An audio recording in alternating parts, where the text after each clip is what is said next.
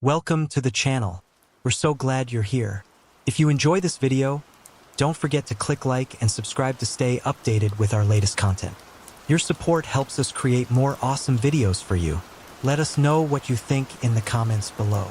Enjoy the video. The Clown in the Field. It was a bitterly cold winter night in the UK. I was working as a chef at a hotel nestled deep in the countryside. The hotel provided staff accommodation, which was great since it was miles from anywhere. Most of the staff were young and living in the accommodation, so there were a lot of parties. One night, after a particularly long shift, my friend Alex and I decided to skip the parties and just have a few quiet beers in my room. We got to talking about all sorts of things, and eventually, the conversation drifted towards the paranormal. Alex, who was from Mexico, told me about his experiences as an urban explorer, visiting abandoned places and documenting them. That's when he brought up Randonautica. For those who don't know, Randonautica is an app that uses your GPS data and randomly generates coordinates for a nearby location. I had no idea at the time that there were some truly terrifying stories from people who had used the app. I really wouldn't recommend it, especially at night. Well, we were a few beers in, and Alex already had the app downloaded, so we thought it would be fun to go for a walk and see what was at the location Randonautica selected. It asked us to set an intention, like finding something scary or something unexpected. Since it was nearing 2 a.m., we, of course, went with something scary. The app gave us 3 nearby locations. Since neither of us had a car, we chose the closest one. As I mentioned, the hotel was in the middle of nowhere, surrounded by woods and fields. This meant we would be walking along dark country roads with only our phone torches to light the way. As we started walking, everything seemed amplified, the wind whistling through the trees, the animals rustling in the hedgerows.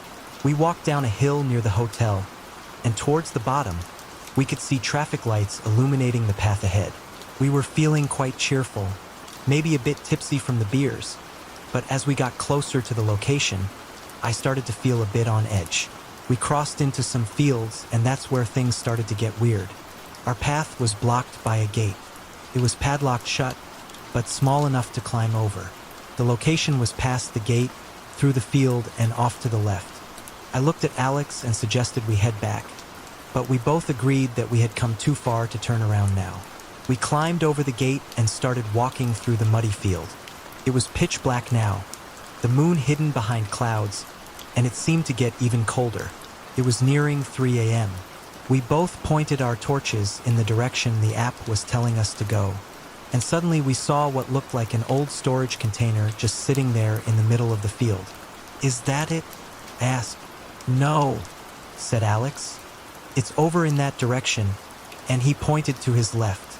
We continued walking towards the storage container, though I don't know why. I think it was just out of curiosity.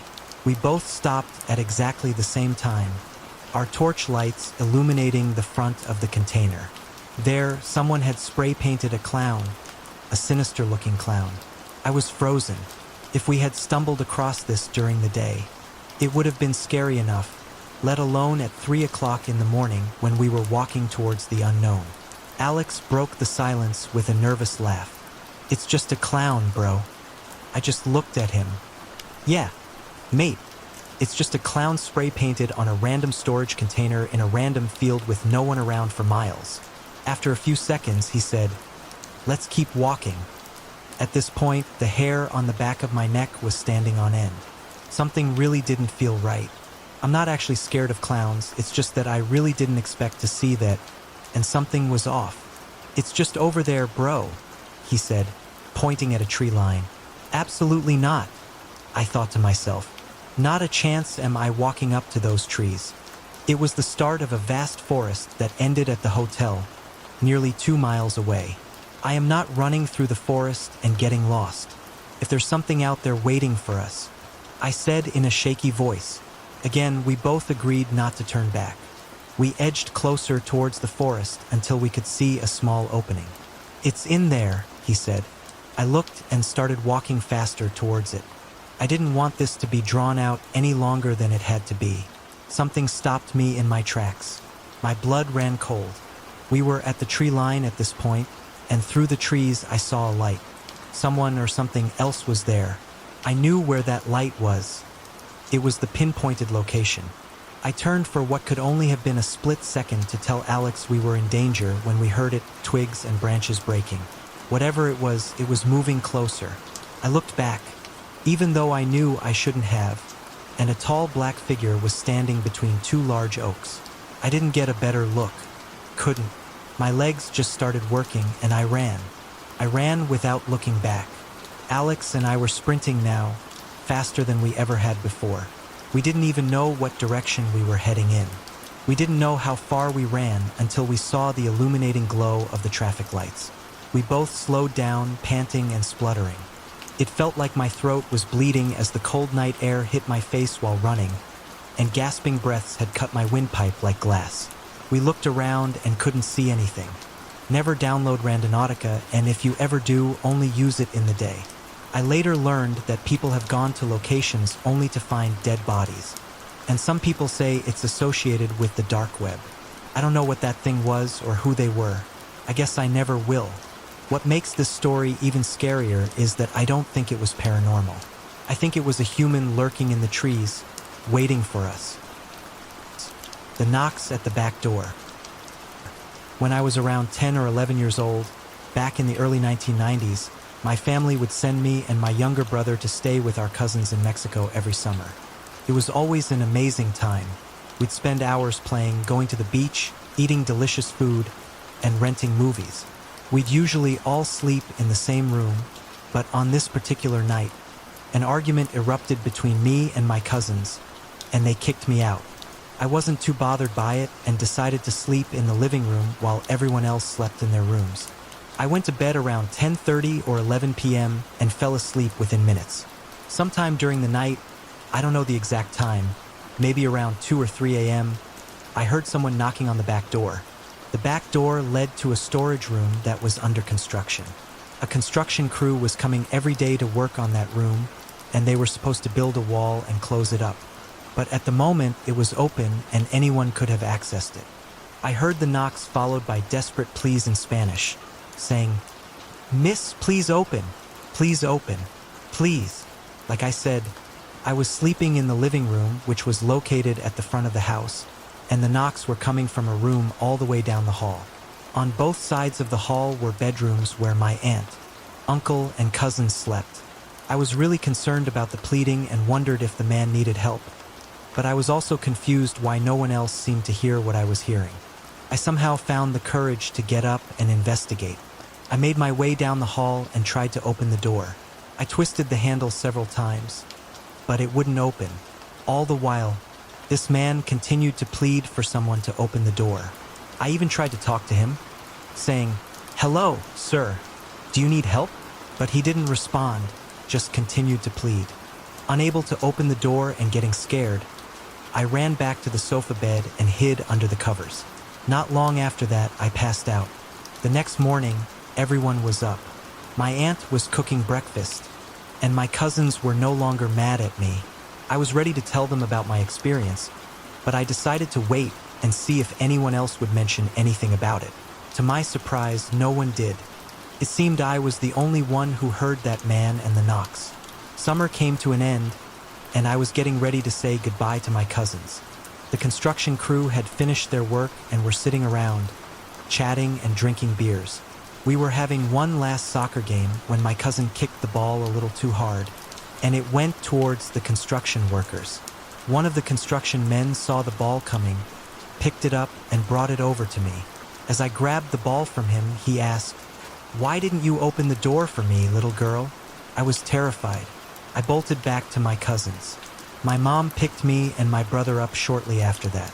I continued to go back there a couple more times, but thankfully, I never saw that man again. The Gainesville Ripper.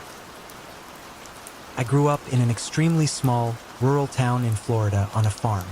The population was less than 1,000 people. The closest city, Gainesville, was about an hour away. The nights were pitch black because there were no street lights or light pollution, just the light of a million stars. My great-grandfather passed away when I was about 8 years old, leaving my granny heartbroken. We lived a field away from my great-grandmother, who was about 75 at the time. Sadly, Granny had already started experiencing early Alzheimer's and sometimes acted strangely. The family decided it would be best if I moved in with her so she wouldn't be alone in the evenings and at night. Granny lived in an old farmhouse that she and my granddaddy had built with their own hands in the 1930s. The house was made of wood with a tin roof. We had electricity but no air conditioning or telephone. The front door was wood, and the top half was a glass window pane with a small curtain across it. Anyone could see inside as clearly as we could see them. The door lock was the original one made by my granddaddy. It wasn't really a lock at all. Just a piece of wood nailed to the frame that you turned to keep the door from being pushed open. I slept in the room with Granny. Our bedroom was at the very front of the house, right next to the front door. My bed was pushed up against the window that looked out over the front porch and yard. I always felt safe because my family lived on nearby farms. In 1990, that all changed. I was 10 years old. Granny was becoming more forgetful, sometimes wandering around the house at night. In Gainesville, something awful had happened. A man had broken into the apartments of several college students, murdered them, and done horrible things to their bodies. The police called him the Gainesville Ripper. Rumors spread like wildfire. Some said the killer was dressing up like a cable man or an electrician to get people to open their doors. Fear and anxiety grew as the police had no leads. My dad decided it was time to teach me how to use our family weapon, just in case. He took me out in the woods and I practiced. That night, I fell asleep with the weapon beside my bed, with clear instructions not to open the door for anyone we didn't know. As a 10-year-old, I felt a lot of anxiety, but my parents reassured me that I would never have to use it. Then came the most terrifying night of my life. I was lying in bed, looking at the digital clock on Granny's dresser. It was 3:05 a.m. Granny had gotten up to wander around the kitchen, which she did often. I heard a tap on the front door window pane. I listened, but there was silence. Suddenly, the porch light flipped on, illuminating the front door through my window. What was Granny doing? I hurried out of bed and reached the front door just in time to grab Granny's hand as she was trying to unlock it. At the same time, I looked out the window, my eyes meeting the eyes of a strange man standing there. The porch light was behind him, too, so I couldn't see his face clearly, but his hair was long and unkempt. I didn't know him. He jiggled the handle and pushed hard on the door. I was terrified and screamed at Granny, asking her what she was doing. She told me Granddaddy was at the door. She sometimes thought he was still alive. There was no convincing her otherwise. With the man pushing furiously, I had to drag Granny into the bedroom so I could reach the weapon. I grabbed it and ran into the living room, aiming it at the front door, my finger on the trigger. The stranger was gone. I had no phone to call for help. We were trapped. I sat in the recliner by the front door, staring into the darkness, weapon in hand, for the rest of the night. I was shaking so hard I could barely aim. I waited for the man to return, to try one of the windows or the back door. Every shadow, every dog bark, every bump in the night had my heart racing. My arms ached. My nightgown was soaked with sweat, and I was on the verge of tears, but I had to protect us. Granny, oblivious, tottered around the kitchen, getting ready to make breakfast because Granddaddy would be wanting his coffee soon. I didn't T3 care what she did as long as she stayed away from that door. I never saw the stranger again, but I felt like he was out there watching us. After staying awake all night, terrified, I made sure Granny was asleep, slipped out the back door, and ran across the field to my parents' house. The police eventually caught the Gainesville Ripper, and it wasn't the same man I saw at our door that night. My family hired someone to stay with Granny, and I moved back home. To this day, I don't know who was at the door that night, but I still panic when I look out of windows at night. The knocking from the office. To start, I'm not a big believer in the paranormal. That being said, I'm here because I have no explanation for what I'm about to tell you. It was my senior year of high school, 2020 to 2021. Even though we were allowed in school, There were a lot of rules because of the virus. Long story short, someone in one of my classes got sick, and I had to quarantine for 2 weeks. On top of that, my parents didn't want me spreading anything, so I spent my days in my room, ate dinner on the other side of the kitchen, and moved all my stuff out of the bathroom. Luckily, our house had a small bathroom downstairs. Unluckily, this meant that when I did my nightly routine, I was alone downstairs in the dark. Like I said, I'm skeptical, but I still get creeped out alone in a dark house. So as I rushed through my routine every night, I was always on edge, worried that some monster was waiting to pounce. But in the back of my mind, I knew it was impossible. I was certain I was the only one downstairs. The bathroom had 2 doors. One led to the kitchen, and the other led to my dad's office. My dad's office also had 2 doors, one to the bathroom and one that faced the staircase. One night, just like any other, I was brushing my teeth as fast as I could, keeping an eye on the mirror. I had just finished when I thought I heard my dad call my name from upstairs. The sink was loud, so I wasn't sure.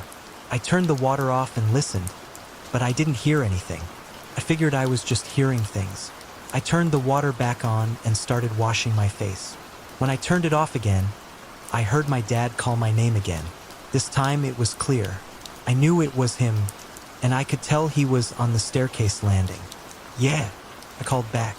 But instead of an answer, I heard 3 knocks from the closed door between the bathroom and the office. I was confused. Why didn't he answer me?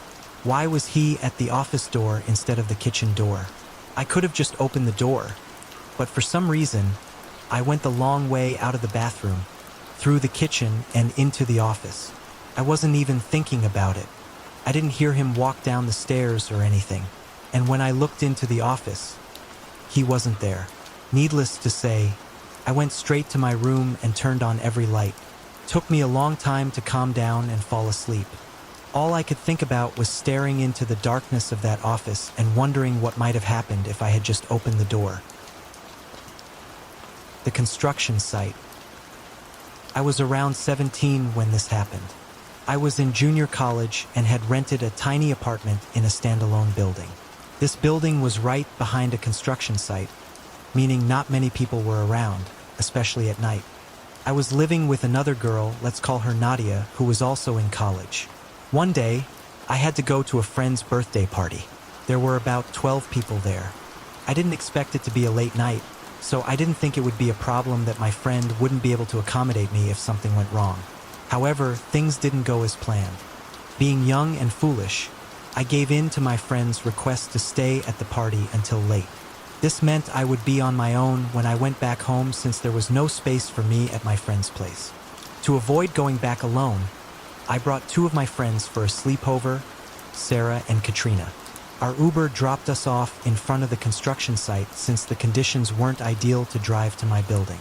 The workers had left piles of concrete in the way, so we had to cross the construction site to get home. I remember how Sarah kept saying she was apprehensive and should have brought her pepper spray. I tried to act brave, but honestly, I was a little scared too. Katrina, on the other hand, was carefree and we followed her lead. We were walking through the construction site when we saw something that made us stop in our tracks. We saw a bizarre, flickering light coming from underneath one of the construction buildings. It was really odd, as there was no chance it was a construction worker at 2:30 a.m. Before we had time to process what was going on, we heard something that made our hearts stop. She was in excruciating pain. What happened next gives me nightmares to this day. We saw someone fall from the building, literally meters away from us, causing a sickening thud. Sarah almost yelled in terror, but Katrina quickly covered her mouth. Thinking fast, she grabbed us both by the arm and pulled us behind a half-constructed wall. We stayed behind that wall for what seemed like forever. Suddenly, we saw someone wearing a bright yellow jacket exiting the building with a gas cutter in his right hand and an amputated arm in his left. We couldn't see his face because it was too dark. After what felt like another eternity, we made sure we were safe and ran back home, still trembling with fear. We called 911, and the police came and investigated. After a few days, we learned that it was a homeless woman who had been brutally murdered that night. Her arm was cut off with a gas cutter, and she was pushed from the fifth story. However, to this day, after several failed attempts, investigators have no clue who the murderer was. The acid attack. Last summer, I went to a house party in the Garryowen neighborhood of Limerick, here in Ireland. We were right in the middle of lockdown restrictions, and I know it was really stupid and selfish of me to go, but I was desperate for a stress release. I'm a social person, and I need to be around people. I was going mad being stuck inside all on my own. I really regret going, but breaking the restrictions isn't the reason why. I saw one of the worst, most horrifying things I have ever seen in my life at that party, and it's something I don't think I'll ever forget. The party was going great for a few hours, and I was having a good time, being the social butterfly that I am. But then I walked into the kitchen to get another drink, and this big argument was unfolding between a couple. It seemed to be about infidelity. It was super intense and awkward being in there with them, so I just grabbed my bottle of wine from the fridge and went back to where I was chatting with some new friends. I didn't really think much of it. House parties can be weird like that. In one room, people are passed out. In another, people are dancing around. And in some rooms, couples are having little arguments that usually don't turn into anything serious. Only this one did. The guy in the argument stormed out of the party, and for a few hours, everything was good vibes again. But then, later in the night, the guy came back. People recognized him by this point, so they didn't have any reason not to let him in. I'm guessing he didn't give them any clues as to what he was about to do. Otherwise, they would have never let him back into the house. The guy searched the house to find the girl he had been arguing with. I'm not actually sure if they were a couple. I just heard them arguing about cheating. When he found her, he confronted her, started screaming at her, then reached into his jacket, took out a bottle, and appeared to douse her with the contents. People thought he was just being a jerk and throwing vodka on her. The outrage was partly due to the wasted alcohol, as well as the unprovoked aggression. He then ran out of the room while she was screaming. From what I've heard from the people who were in the room, they first thought her screaming was her being a bit melodramatic about having some drink chucked on her face. But then she took her hands away from her face, and it was covered in what looked like burns. It wasn't alcohol he had thrown on her face that night. It was acid. Luckily, someone there was a chemistry graduate. They realized what was happening almost straight away and grabbed something from under the kitchen sink to neutralize the acid. I don't know what it was exactly, but it was some other chemical that probably didn't do her much good either. But it definitely stopped the damage from being any worse. I heard the poor girl had to have a skin graft from her leg, though, even with the help she got, her injuries were absolutely horrific. The guy who did it went on the run for a bit, too. The Gardaí, what we call the police in Ireland, didn't manage to catch him for about a month, and we were all so relieved when they finally did. I can't imagine what kind of monster does something like that after an argument. To use acid to try to permanently disfigure someone's face. That takes a special kind of evil, don't you think? Dr. Death. To the outside world, Dr. John Hamilton and his wife Susan seemed to have the perfect marriage. In their 14 years together, John showered Susan with expensive gifts, from a brand new Porsche on their wedding day to countless other tokens of his affection. He wasn't just generous with his money. He constantly reminded Susan of his love in many ways. When Susan expressed a desire to work, John gave her a job at his prestigious clinic in Oklahoma City. They were the picture of a happy, enduring marriage. This made it all the more shocking when, on Valentine's Day 2001, their idyllic world was shattered. John arrived home during his lunch break, eager to exchange Valentine's gifts with Susan.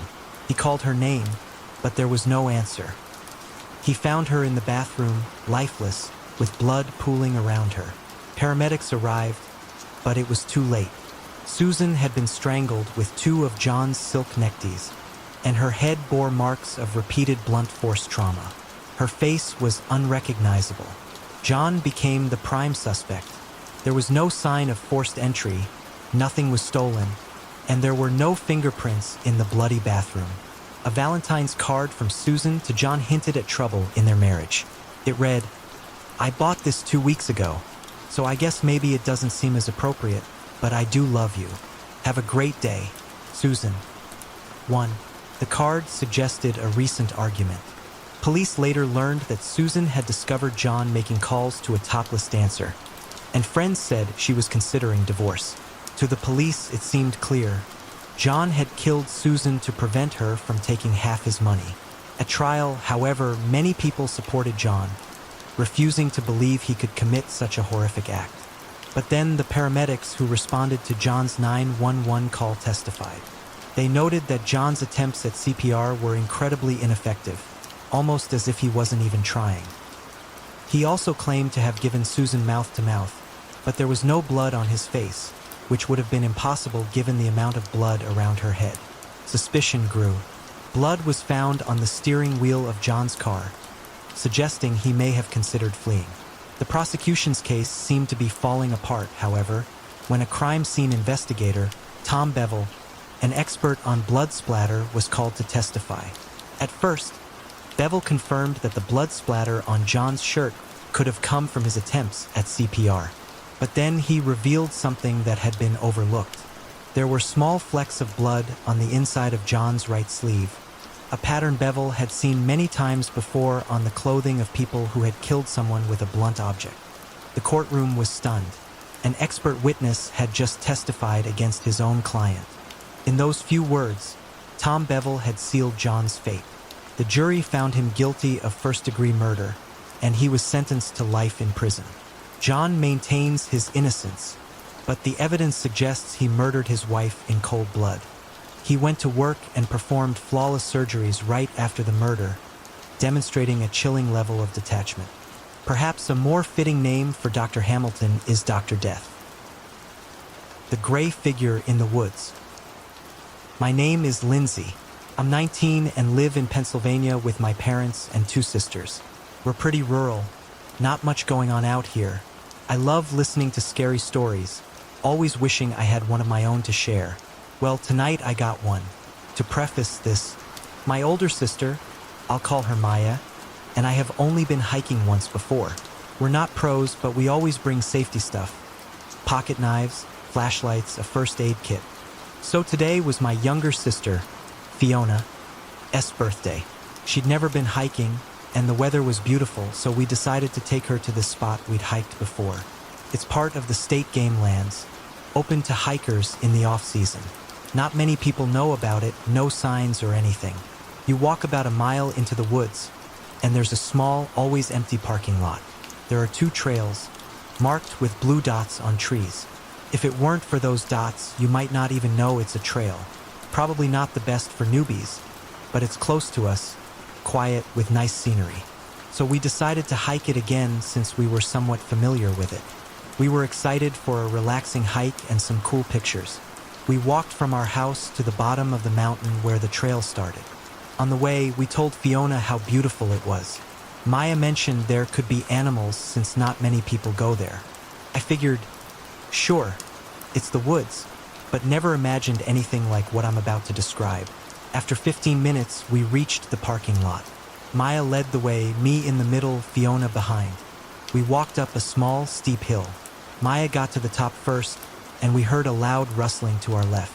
I thought it was birds or a squirrel, but Maya suddenly stopped. Before Fiona and I could ask why, Maya said, calmly but with panic in her voice, "Turn around, guys. There's someone over there. Run." Maya doesn't scare easily, so hearing her like that was terrifying. She and Fiona sprinted back down the hill.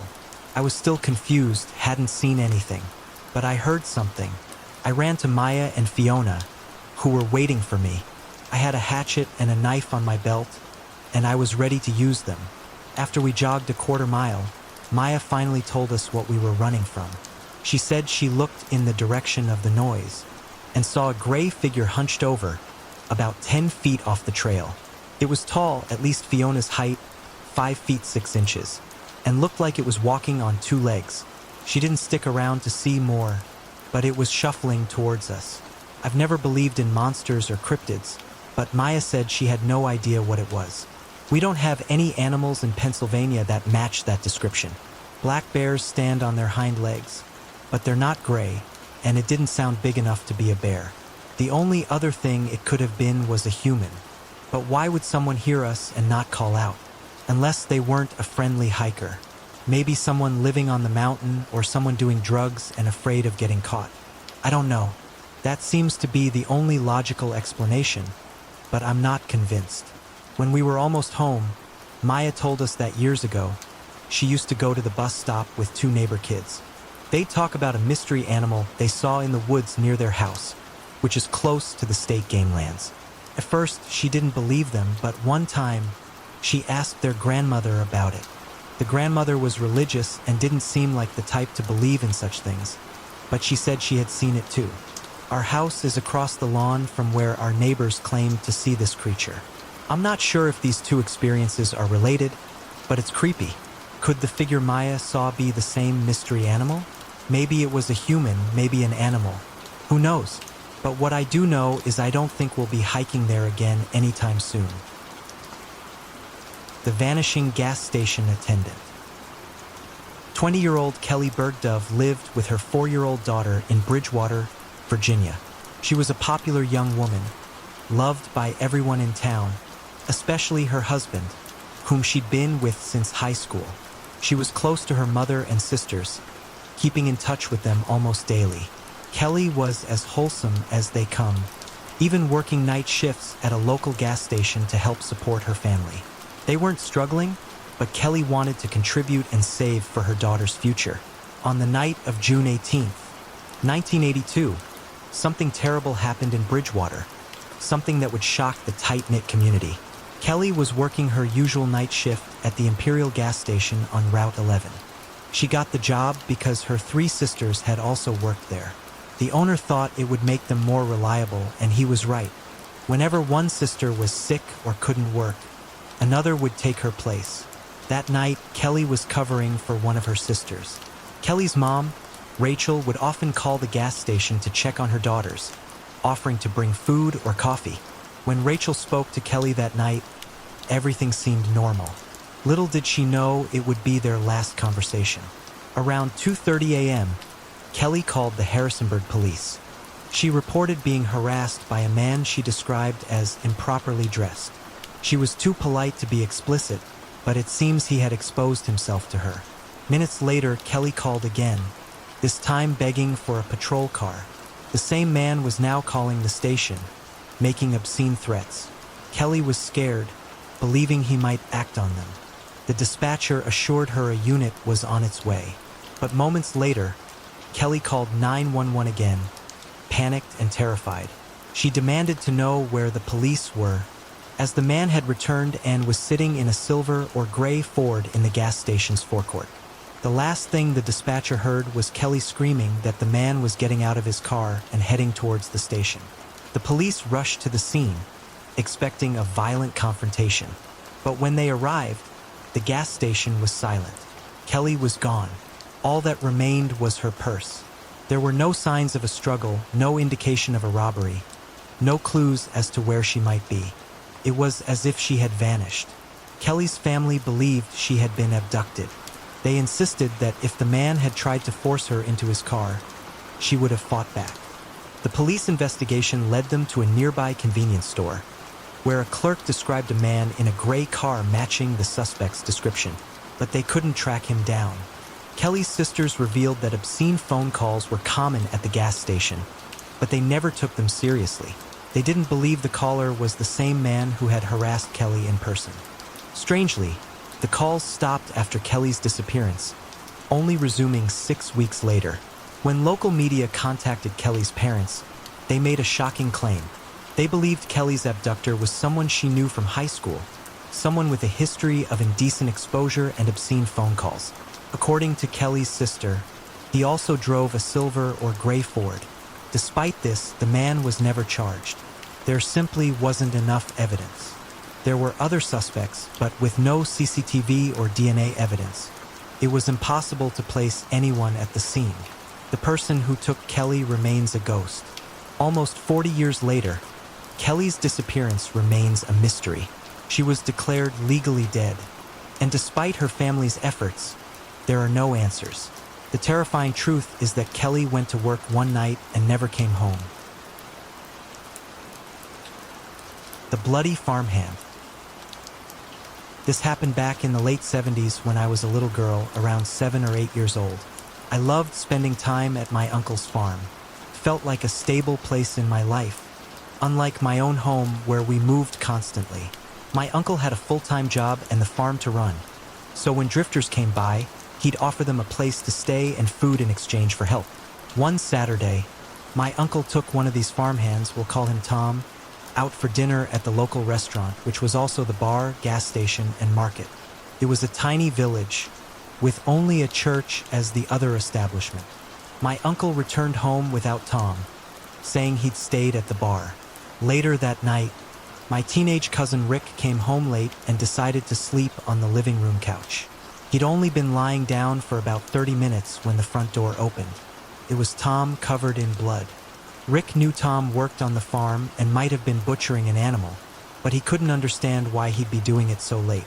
Something told him to keep his eyes closed and pretend to be asleep. Tom stood there for a long time, just staring at Rick, before finally walking away. Rick could hear the washing machine and shower running. He thought the whole situation was strange, but eventually fell asleep. The next morning, my aunt returned from church with terrible news. The couple who owned the local restaurant had been brutally murdered the night before with an axe. They lived in a house attached to their business. Hearing this, Rick remembered Tom coming in covered in blood. He told my aunt what he'd seen. She called the sheriff, who came right away. Luckily, there was some blood left on the washing machine, and they were able to trace it back to one of the victims. The scariest part is that it came out in court that Tom had told the sheriff that if anyone had been awake that night, he was going to kill them all, and he wished he had. You see, I was sleeping on the couch opposite my cousin that night. My mom never let me spend the night at my uncle's again after that. The Scarecrow Man. Okay, so a little backstory first. My great-grandmother's second husband was a terrible man who abused his grandchildren, my dad and his sisters, for years. This had a horrendous effect on them, and it wasn't until after he died that anyone knew about it. As a result, my family was extremely protective of me. I was basically never allowed to play outside unsupervised and definitely not allowed to go to sleepovers. This was back in the early 90s when I was about 7 or 8 years old. My family was living in Florida, and my Nana lived with us. She was the best, and I loved her dearly. That year for Christmas, I got the one thing I really wanted: a brand new pair of roller skates.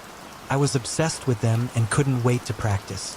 One afternoon, I was skating up and down the sidewalk outside our house, getting better and better, while Nana sat on the porch watching me. Then the phone rang, and Nana had to go inside to answer it. She left the main door open so she could still see me through the screen door. It took a minute or two for her to get back, but nothing happened, so I guess she felt a bit more comfortable leaving me alone for a little while. She went back to reading, and I was busy trying to learn how to spin around on my skates. After about 45 minutes, she called me in for a lemonade break. I begged her to let me skate for just a little while longer, and she finally agreed. But as she went inside to make the lemonade, she told me to sing as loud as I could so she could hear me from the kitchen. So I did as I was told, belting out the lyrics to Boyz II Men songs while I skated. A few minutes later, I saw this big old van turn onto our street. It was going really slow, like they were lost or looking for something, but I didn't pay much attention to it. I was a kid, and besides, I was too busy having fun with my skates. The van pulled up alongside me and stopped. I just kept skating, even showing off a little since I had an audience. Then the passenger door opened, and this really tall, skinny man stepped out. He looked like a scarecrow. He asked me which way the highway was, and I pointed down the street. I'm not even sure if that was the right direction, but I wanted to be helpful. He smiled and thanked me, and that's when I started to get nervous. It was his teeth. They were all discolored and crooked. I tried to stay polite, and he asked me how my Christmas went. I showed him my new skates, and he told me that Santa had been extra generous to him and his family that year. His daughter had gotten so many presents that she didn't even want them all. Now, my family was always very loving but never had a lot of money, so holidays were pretty simple. So when this man told me his daughter got so much that she didn't want some of it, I couldn't believe it. And when he offered me a Barbie dollhouse, one that I really wanted, I almost forgot how nervous I was. But it wasn't enough to completely get rid of the fear. So when he told me he had it in the back of the van and asked if I wanted to take a look, I just started skating away, shaking my head. But instead of leaving, he started following me, asking if that was where I lived, if my parents were home, that kind of stuff. We hadn't had any stranger danger lessons in school. So it was one pure instinct that made me unlatch the gate to my yard and start yelling for my Nana. As soon as I did, Nana appeared with this big cast iron pan in her hand and came running towards me and the man, screaming her head off. I didn't see this at the time, but from what my mom told me later, the guy took one look at Nana and ran back to his van. I do remember seeing her swinging that pan and telling him to come back so she could beat him up. As scary as she was, I was just grateful she was there. She chased his van up the street, trying to get his tag number, but it didn't have one. He was obviously planning to kidnap someone. The next thing I know, the cops are at our house. My dad has come home early from work, and I'm having to tell everyone what happened over and over again. Needless to say, I didn't get to go out on my skates again for the rest of the holidays. The really freaky thing about the whole incident, something I didn't know until years later, was that when Nana and I described the man to the cops, they looked at each other like, "Holy crap!" They told Nana and my dad that we had just described another one of their suspects perfectly. We had described a guy who had made several other attempts to kidnap kids in broad daylight over the holidays. They were desperate to catch him because they knew it was just a matter of time before he succeeded. Knowing that I could have been that kid, that I could have been kidnapped and who knows what else, it still makes my skin crawl to this day. The sounds in the mine. Near Central California, there's an old mining community called the Mother Lode. That's where this story takes place. On the way out of town, down a long road, you turn off onto a rough, older road. Less than a quarter-mile down, the road dead ends into a circle parking area with a locked gate. If you go past the gate, you end up at a popular lake. When you park at the end, you're surrounded on one side by steep hills with poison oak and tall trees. The other side is a steep downhill slope to the lake. Basically, you're in a bowl. We were told that if we went up the steep hill to the left, there would be an old abandoned mine. About 250 feet up, we found it, almost hidden in the hillside. To get into the mine, you had to climb down a slope and over some rocks. The mine itself was a tunnel about 7 feet tall and 6 feet wide, going about 250 feet into the mountain. It had rough rock walls with a colorful vein running along the left wall, said to indicate gold. The tunnel followed that vein, taking at least 2 turns with a couple of short dead-end offshoots. As you got deeper, you had to step carefully to avoid mud. The old or cart tracks were handy for that. Once you were inside the mine, it was completely dark and silent except for the wind and dripping water. We walked slowly into the tunnel until we reached the end, a wall of solid rock. Disappointed, we started back. My buddy decided to stop near the entrance to chip off some sample rock from the vein. He said he'd be quick, so I waited. I stood there for a couple of minutes before I heard the first strange sound. It sounded like a small pile of rocks toppling over, echoing up the tunnel. I tried to tell my buddy, but he didn't hear me. Not 2 minutes later, I heard it again, closer this time. I got his attention, but he thought I was being paranoid. He said I was just hearing an echo from him chipping at the rock. But again, not 2 minutes later, there it was again. This time, the sound came with a feeling of panic and fear. That's when I said, "You only have to be faster than your slowest friend," and took off running out of the mine. When my buddy came out a few minutes later, he said he went back to the end and didn't see any fallen rocks. I didn't go back for a few years. Then I went with another friend. Same as before, we went up the hill and the mine looked the same. Just as my other buddy had done, this one had to stop on the way out to get some of that rock. As I was waiting, I heard another strange sound. This time it sounded like a rattle, and we both heard it. The only way we could describe it was that it sounded like a baby rattle. We both froze, puzzled and anxious. We knew it wasn't a rattlesnake, which are common there. When we heard it the third time, that creepy feeling came back, and I ran out of there as fast as I could. I haven't gone back since. I can't describe it, but something about that mine just feels wrong, and both people who went there with me felt it too. The deputy and the death scene. An acquaintance of mine who used to be a cop told me this story. Several years ago, when he was a new deputy, he often got assigned simpler tasks. One night, he was asked to guard a suicide scene. The victim was still inside the home, and they needed him to secure the main entrance until the coroner arrived. It was the middle of the night. The deputy arrived at the house, confirmed with the other officers that he was there to wait for the coroner, then grabbed his flip phone and settled on the front porch to play some Snake. It was quiet. All he could hear were distant dogs barking and the faint sound of highway traffic. The silence made him a little nervous, especially considering what was inside the house. So he was startled when he suddenly thought he heard a rustling sound coming from inside. All he could do was sit and listen. A few minutes went by, and he didn't hear anything else, so he figured he had probably imagined it. Over half an hour passed, and the deputy was getting drowsy. He closed his phone and sat back to relax. But then, suddenly, there was that sound again, louder this time, a strange rustling like papers. He listened hard and heard it again. He was sure it was coming from inside the house. At that point, the deputy was pretty scared. He didn't want to call for backup until he was sure there was someone inside. But he also didn't want to go in alone.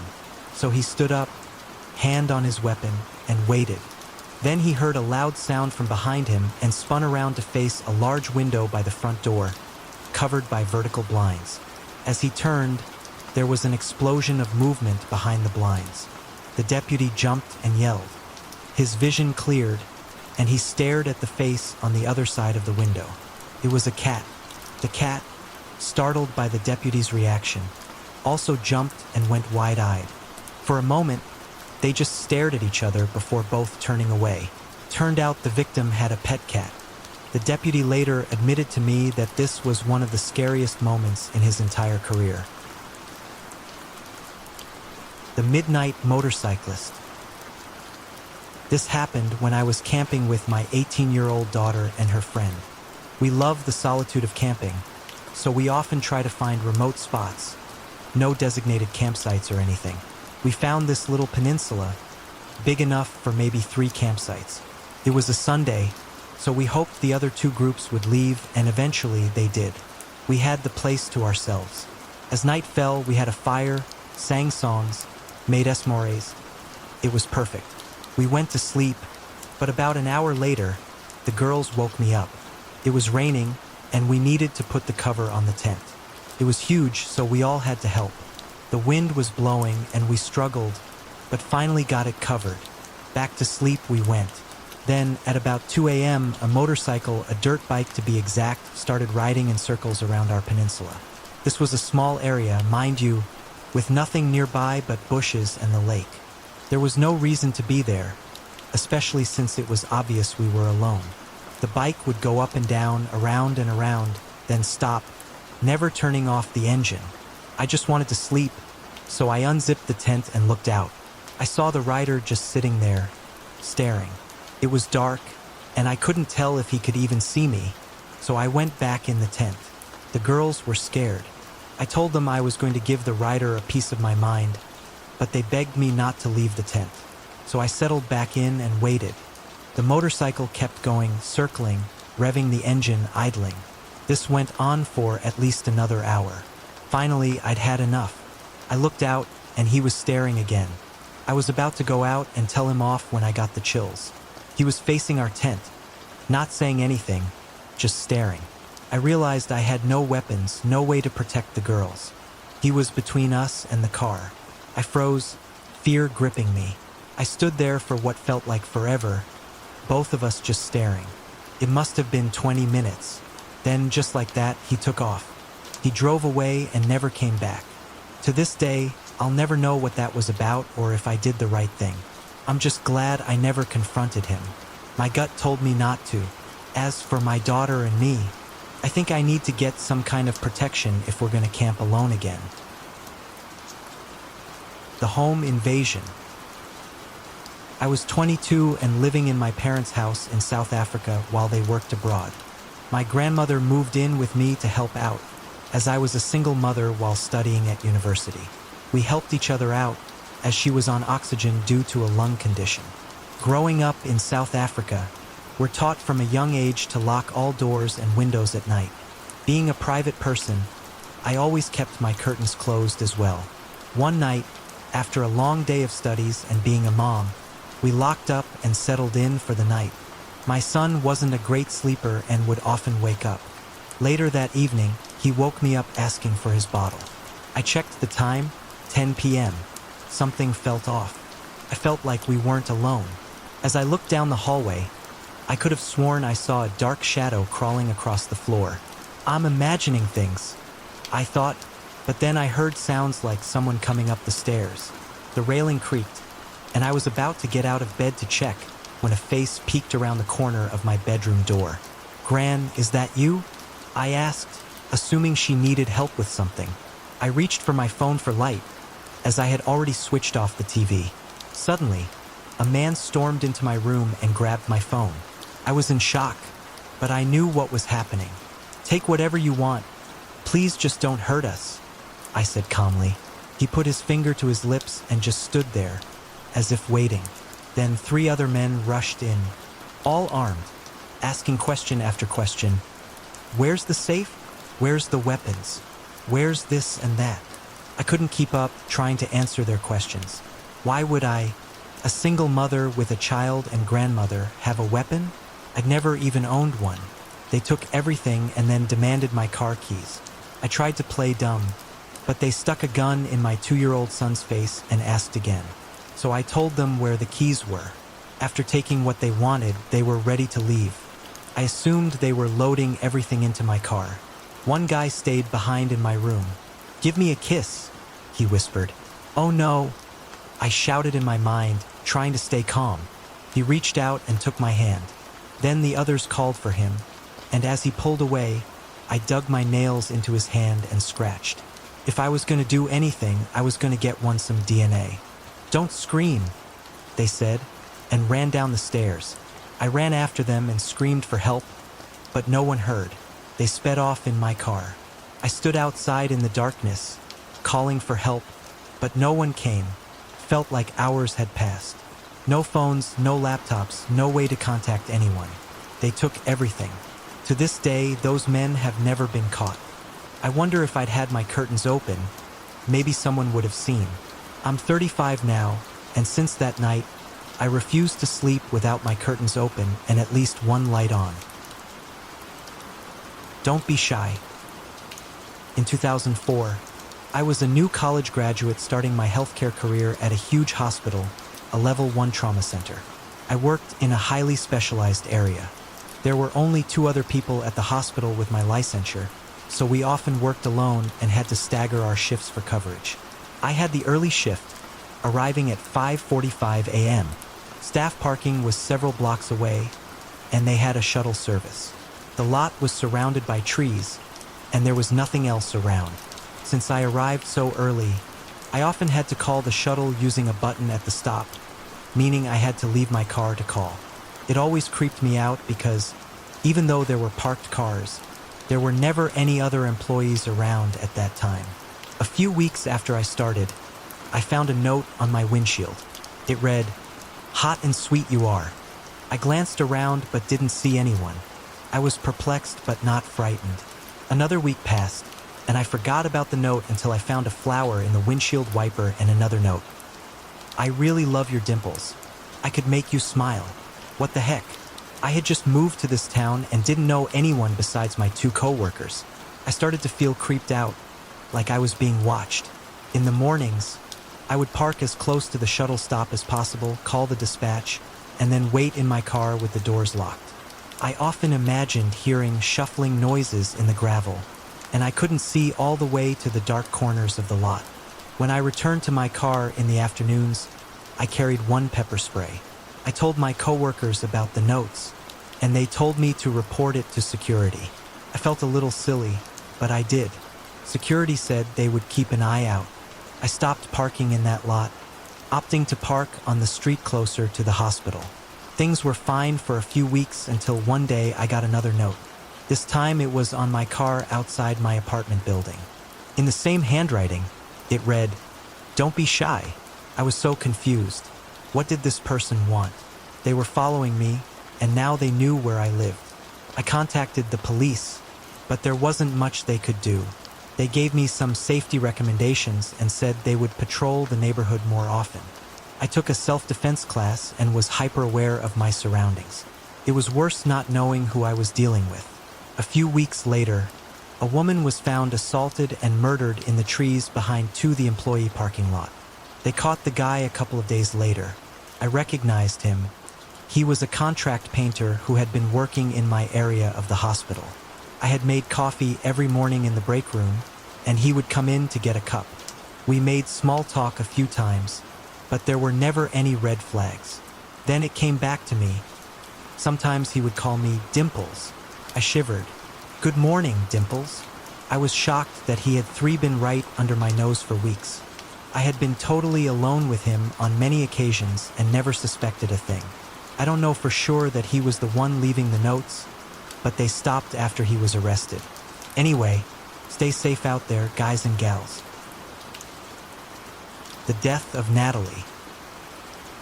On the morning after Thanksgiving in 2003, the Horn Creek Conference Center in Westcliff, Colorado, was a peaceful winter wonderland. But that peace was shattered when the naked body of a young woman was found lying in the snow outside one of the guest cabins. The woman was 20-year-old Natalie Drissel. Originally from Missouri, she had moved to Florida for college. During the summer of 2003, she took a job at Horn Creek during a Christian summer camp, where she met her boyfriend. Over Thanksgiving break, Natalie traveled back to Colorado to visit him. They stayed in separate cabins due to the religious nature of the camp. They spent Thanksgiving together, taking romantic walks around the snow-covered grounds. Shortly after midnight on Friday, November 28th, Natalie's boyfriend dropped her off at her cabin. But the next morning, when he went to check on her, she was gone. He found footprints in the snow leading away from the cabin, bare footprints. He followed the tracks into a wooded area about 200 yards from the main building and found Natalie's body. She was completely naked, her body covered in scratches and bruises. Rigor mortis had set in. The sheriff found only one set of footprints, meaning Natalie hadn't been chased. The footprints were erratic, as if she had been wandering aimlessly. Judging by the rigor mortis, she had died soon after being dropped off, maybe 15 to 20 minutes later. An autopsy revealed that Natalie had been healthy. The pine needles in her hair, dirt on her face, and the pattern of her footprints suggested she had been running through the trees and bushes before collapsing. Other than those injuries, there were no visible signs of trauma. The autopsy did not determine the cause of death, but the sheriff ruled out foul play. The coroner concluded that Natalie had died from excited delirium. She had no drugs or alcohol in her system. There was much speculation about Natalie's death. Some focused on her boyfriend, but her family didn't believe he was involved. Others pointed to a possible eating disorder. The truth is, no one knows for sure what happened to Natalie. She had no history of mental illness or drug use and was in perfect health. Yet, she seemingly had a psychotic break for no apparent reason. One moment she was fine, the next she was running naked through the freezing woods, eventually dying just a few hundred yards from her cabin. The case remains a terrifying mystery. It's a chilling reminder that sometimes tragedy strikes without warning or explanation. The woman in white. I live in Belgium, and I'm currently 21. This story takes place when I was between 8 and 12 years old. My grandparents lived in an old house in the countryside, not too far from the city. At first glance, the house was amazing. It had a big yard, a fishing pond with koi, a huge walnut tree, and lots of space to play. We had many family parties there, and we visited every Wednesday for lunch. It was an old house, and we often slept over. I don't remember much about the nights I spent there, but some things always creeped me out. The house had two entrances, one in the front that no one ever used, and one in the back that led to the kitchen. The kitchen opened into the living room, and there was a long hallway to the right. At the end of the hallway was the playroom, where we spent most of our time during parties. My grandparents' bedrooms were on the ground floor, next to the wooden stairs. The first floor had two guest rooms. One was to the left of the stairs and had a regular bed and a bunk bed. The other was to the right of the stairs and had a king-sized bed. There was also a bathroom and a small room off the left guest room. This small room was always locked. My grandfather told us we were never to enter it without his permission. I only saw inside once when I was a child. My sister and I used to sleep in the guest room with the locked room. Most nights were uneventful, but the house always gave me the creeps. I thought it was just my imagination, but I was wrong. The first creepy thing I remember was when my grandparents' cat, Tom, died. I was petting him on the couch when I noticed he was breathing strangely. I told my grandmother, and she said she would take him to the vet. I slept over that night and woke up early. As I walked down the hallway to the kitchen, I saw my grandparents by the bathroom door. They were crouched down, and I saw Tom lying in a basket. He had died during the night. I realized this could have been a coincidence, but that's when the scary things started happening. Not long after, I began seeing a woman in a white dress out of the corner of my eye. She would always be walking into the bathroom where Tom had died. I was too scared to follow her, so I would just run to someone as fast as I could. I never told anyone because I didn't want to seem crazy.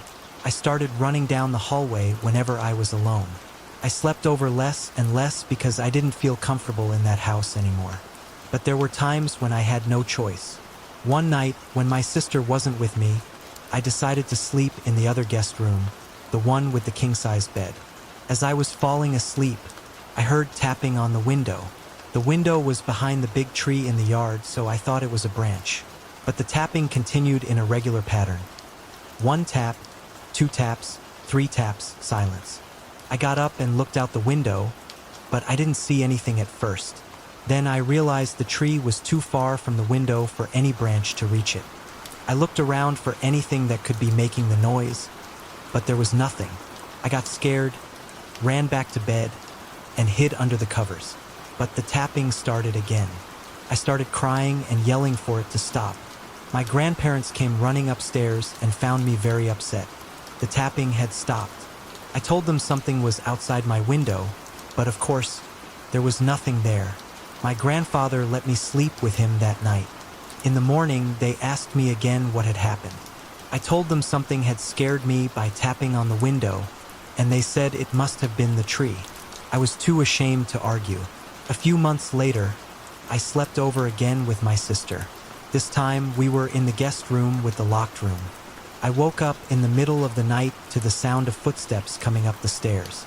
They stopped at the top. The door to our bedroom was open, but there was no one there. I was terrified. A few hours later, I woke up again and went to the bathroom. As I was washing my hands, I saw my sister in the mirror, looking back at me. I thought I hadn't seen her walk past me, so I went back to the bedroom. To my horror, I saw my sister sleeping soundly in the top bunk. Then it hit me. I had seen something in the mirror, but it wasn't my sister. I slammed the door shut and locked it, terrified. I stood there for what felt like hours, trying to make sense of it. When the sun started coming up, I felt less scared, but I was exhausted. I couldn't sleep, and in the early morning, I heard my grandparents' door open and went downstairs. I needed to be around people. I never told anyone about that night until years later. I never slept there again. I didn't feel safe. Sleeping there was like having a nightmare. I made excuses not to stay until my grandparents finally moved out. They moved to a smaller house to be closer to their children and grandchildren. They are happy there. I slept over at their new house once, and luckily, nothing happened. But I'm always on edge when I'm alone in their house. I loved that old house. We made a lot of memories there, but I never want to spend another night in that place. The G-string and the footsteps. Back when I was much younger, my friends and I were into urban exploring before it was even really a thing. We grew up in a rough area with a lot of abandoned buildings. We'd find these old places, dusty and decrepit, and turn them into our own little hideaways. There was one particular apartment complex that was almost completely empty. Everyone had been relocated except for a few families. It was like a ghost town, but we loved it.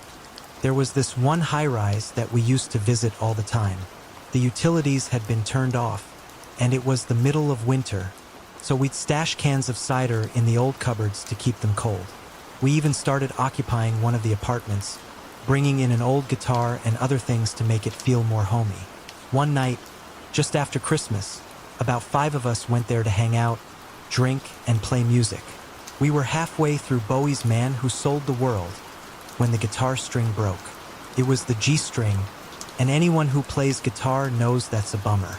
We were disappointed but decided to stay for a few hours anyway. We were sitting around, chatting and smoking, when one of us suddenly shushed everyone. He thought he had heard something. We listened, but there was nothing, so we figured he was just hearing things. A little while later, he did it again. This time, someone else also thought they had heard something, a scratching or shuffling noise coming from the hallway outside the apartment. We started to get a bit nervous. One of us peeked out into the hallway but didn't see anything. These apartments were old and run down, so it was normal for them to make noises. But we couldn't shake the feeling that something was out there. A few hours later, it was almost midnight. We were getting tired, and it was quiet. Suddenly, we heard a floorboard creak above us. It wasn't just the building settling. It sounded like a footstep. We froze, listening intently. Then we heard another creak and another, each one getting closer to the front door of the apartment above us. We grabbed whatever we could find to defend ourselves, sticks, iron bars, anything we could get our hands on. The footsteps stopped. One of us crept towards the door and peeked out. The next thing I know, we were running down the stairs, with the guy who had looked out yelling that there was someone up there. We were scared, maybe a bit paranoid. But over the next few days, we started to wonder if we had actually seen what we thought we had. I remember seeing a shape on the stairs, but I wasn't sure it was a person. I eventually convinced myself that we had imagined it all and decided to do an experiment. I left a loaf of bread in the lobby of the building, intending to prove that no one was living there. But when I went back a few days later, the bread was gone. Years later, we watched as the council demolished those apartments. We mourned our old hideaway, but mostly, we wondered if whoever was in there had been buried in the rubble. The tapping on the window. This happened in 2004. I was a recent college graduate, just starting my career in healthcare at a large hospital 2 hours away from my hometown. The hospital was a level 1 trauma center, and I worked in a highly specialized area. In fact, there were only 2 other people in the entire hospital with the same credentials as me. This meant we often worked alone, staggering our shifts to ensure 24/7 coverage. I usually took the early morning shift, arriving at 5:45 a.m. The staff parking lot was located a few blocks away from the hospital, and they offered a shuttle service to get employees to and from the lot. The lot itself was surrounded by a wooded area, which always gave me the creeps, especially since I arrived so early that there were never any other people around. The overnight shift didn't change until 7 a.m., so I was always alone when I parked my car and waited for the shuttle. Back then, cell phone service wasn't very reliable, so I couldn't even rely on my phone to keep me company. One afternoon, when I returned to my car after my shift, I found a note left on my windshield. It simply said, "Hot and sweet you are." I looked around but didn't see anyone. I was confused but not really scared. About a week later, I found another note, this time accompanied by a flower tucked into the windshield wiper. The note read, "I really love your dimples. I could make you smile." This definitely creeped me out. I had just moved to the city and didn't really know anyone outside of work. I started to feel like I was being watched. To be safe, I started parking as close to the shuttle stop as possible and waiting in my car with the doors locked until the shuttle arrived. I often imagined hearing shuffling footsteps in the gravel, and the fact that I couldn't see the far corners of the lot didn't help my anxiety. I even started carrying pepper spray with me. I told my coworkers about the notes, and they suggested I report it to hospital security. I felt a little silly, but I did. They said they would keep an eye out, but I wasn't sure what that meant. I ended up finding street parking closer to the hospital, where there were usually other people around. Things were quiet for a few weeks until one morning, I found another note on my car, this time outside my apartment building. It was the same handwriting, and it just said, "Don't be shy." Now I was really freaked out. This person knew where I lived, and they were clearly following me. I contacted the police, but there wasn't much they could do without any concrete evidence. They suggested I take a self-defense class and be extra vigilant, which I did. But the not knowing who was behind it all was the worst part. A few weeks later, a woman was found assaulted and murdered in the woods behind the employee parking lot. The police caught the guy a few days later, and I was shocked to discover it was one of the contract painters who had been working in my department at the hospital. He would often come in early to get coffee from the break room, and we would chat sometimes. There was never anything strange about him, but then I remembered he used to call me Dimples. "Good morning, Dimples," he would say. I had been completely alone with him many times and never suspected a thing. I don't know for sure if he was the one leaving the notes, but they did stop after he was arrested. It's a terrifying thought, and it's made me much more cautious ever since. The frozen corpse. On the morning after Thanksgiving in 2003, the Horn Creek Conference Center in Westcliff, Colorado, was blanketed in snow, a picture of serenity. But that tranquility was shattered when the naked body of a young woman was discovered lying frozen in the snow just outside one of the guest cabins. The victim was 20-year-old Natalie Drissel, originally from Missouri. She had moved to Florida for college and had taken a summer job at the Horn Creek Conference Center during a Christian summer camp event. It was there that she met her boyfriend, who worked at the center full-time. Over the Thanksgiving break, Natalie traveled to Colorado to visit her boyfriend. Due to the religious nature of the camp, they stayed in separate cabins. They spent Thanksgiving Day together, enjoying romantic walks around the snow-covered grounds. Shortly after midnight on Friday, November 28th, Natalie's boyfriend walked her back to her cabin. He left her there, expecting to see her the following morning. But when he returned, she was gone. He found her footprints in the snow leading away from the cabin, bare footprints. Alarmed, he followed the tracks into a wooded area about 200 yards from the main conference building. There, he found Natalie's body. She was completely naked, her exposed skin covered in scratches and bruises. Rigor mortis had already set in. The Custer County Sheriff, Fred Jobe, investigated the scene. He found only one set of footprints, indicating that Natalie had not been chased. The footprints were erratic, suggesting she had been wandering aimlessly. Based on the state of rigor mortis, it was estimated that she had died shortly after being dropped off at her cabin, perhaps only 15 to 20 minutes later. An autopsy was performed, and the results were perplexing. Natalie had been in good health. The pine needles in her hair, dirt on her face, and the chaotic pattern of her footprints suggested she had been running through the trees and underbrush. Other than these injuries, there were no obvious signs of trauma. The autopsy couldn't determine the exact cause of death, but Sheriff Jobe ruled out foul play. The coroner eventually concluded that Natalie had died from a phenomenon known as excited delirium. She had no drugs or alcohol in her system. Excited delirium is a controversial diagnosis, not recognized by many major medical organizations. It's often associated with restraint situations, but there was no evidence of that in Natalie's case. The circumstances surrounding Natalie's death remain a mystery. She had no history of mental illness or drug use. Yet, for some unknown reason, she ran out into the freezing night, naked and disoriented, ultimately dying just a few hundred yards from her cabin. The tragedy of Natalie Drissel is a chilling reminder of the fragility of life and the mysteries that can surround even the most seemingly peaceful of deaths.